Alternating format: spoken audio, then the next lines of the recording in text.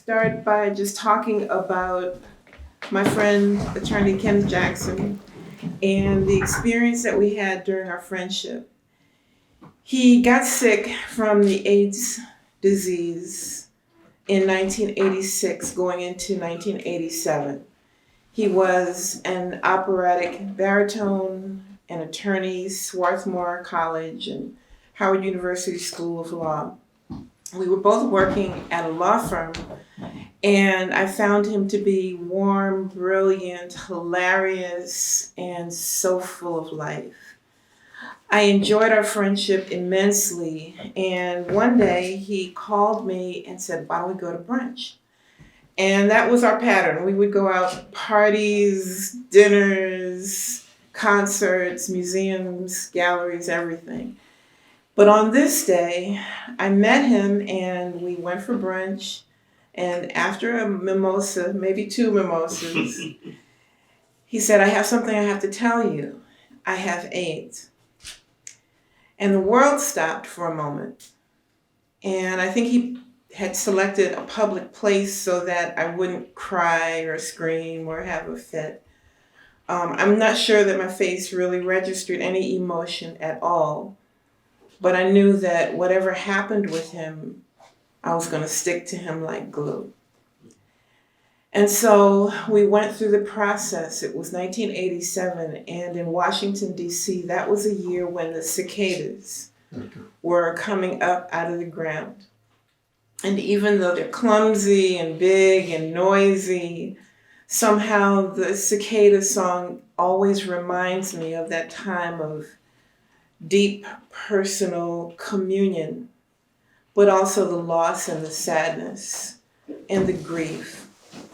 I was planning my wedding, and I was also expecting my first child. And so the range of emotions that took place at that time was tumultuous. I was either full of joy or full of fear or full of grief or full of rage. It's controversial to say, but I believe that the AIDS virus, very much like the COVID virus and its variants, is a contrivance. Not that the disease itself isn't real, but that it was created to control populations. And so I have deep anger about the brilliant people, the artists, the poets, the writers, the painters, the singers who we've lost and who carried and carry the very height of what we hope to be as a society and as a world. And so my friend Ken and I, we had a wonderful friendship. So much personal growth was achieved for both of us through our friendship. It's one thing to go to law school. It's one thing to pass the bar. It's a whole nother thing to live into the height of your gifting. And he helped me to do that. And I still miss him terribly.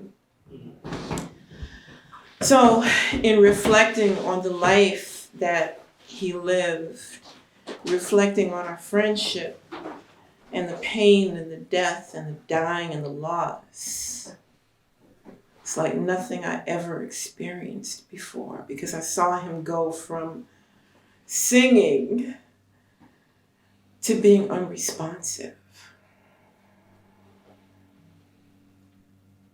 And as we think about the death and dying process, we have to take into account the fact that those people who have departed to the next life have left a void here that cannot be filled.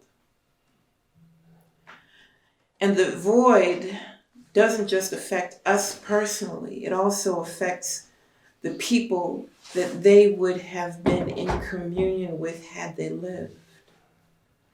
And so my children and my children's children can only imagine from the stories I tell them what it would have been like to have had a man like Ken Jackson, who could sing, who could read, who could act, who had all of those gifts wrapped up in one. And I can tell stories about him, and I can laugh and I can cry, but I can never be him.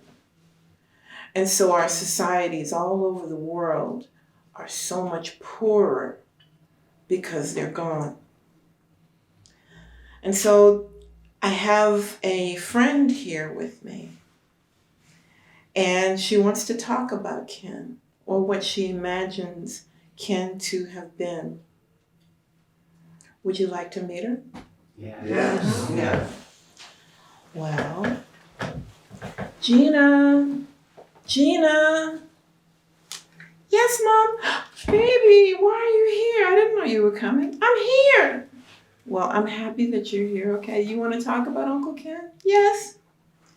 All right. Hi, everybody. I'm Gina. I want to tell you about my Uncle Kenneth. Well, he wasn't my real uncle, but he was my mom's best friend for a long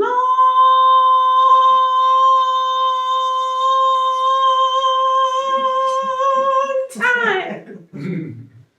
My mom has told me all about him. She loved him very much, and he loved her. They were like brother and sister even, but he had a brother and sister of his own. She said his family lived in other parts of the country, and so did his mother and father. Mom said that Uncle Kenneth was very funny, and that they would laugh and have fun experiences at museums, galleries, concerts, restaurants, and everywhere else. She said they attended the same law school, but at different times, so they would gossip about the professors and talk about what it would be like to pass the bar. No, Mom passed the bar, but they talked about it anyway. Uncle Kenneth had a deep baritone operatic voice. Mommy played a recording of it for me. I wish he was here to teach me to sing like that. It sounded like, no. Well, not really. When Mom talks about him, she starts off smiling and laughing at the fun they had. But then she becomes sad when she thinks about how he died. When that happens, I'm sad too. Sometimes I wonder what it felt like to die. Sometimes I wonder what it was like before vaccines and treatments and preventative medicines kept people from getting the HIV virus. Mom said that millions of wonderful people across the world died of complications from the diseases associated with AIDS. She thinks the virus was unleashed on purpose, like the COVID virus. There is no vaccine for the heartbreak felt by the daughters and sons and nieces and nephews like me, who never had a chance to meet their loved ones who passed away. I'm so sad. And I'm angry. I don't understand the way the cruel people treated AIDS patients. Mom said that the hospital refused to change his sheets or bring him water or ice when he was thirsty. So she went to the hospice all the time to make sure they were taking care of him. It made me so mad that she had to do their jobs and that Uncle Kenneth was treated that way. I hope things have changed. I hope people have changed. Many famous people have died of AIDS. Arthur Ashe, Luther Vandross, Rock Hudson, Liberace, Rudolph Nureyev, Tom Fogerty, Eazy-E, and Ryan White. He was only 18 years old when he died. How do we ever stop mourning the loss of these amazing people while also finding joy in the fact that they lived? I just don't know. Do you? Thank you. Wow.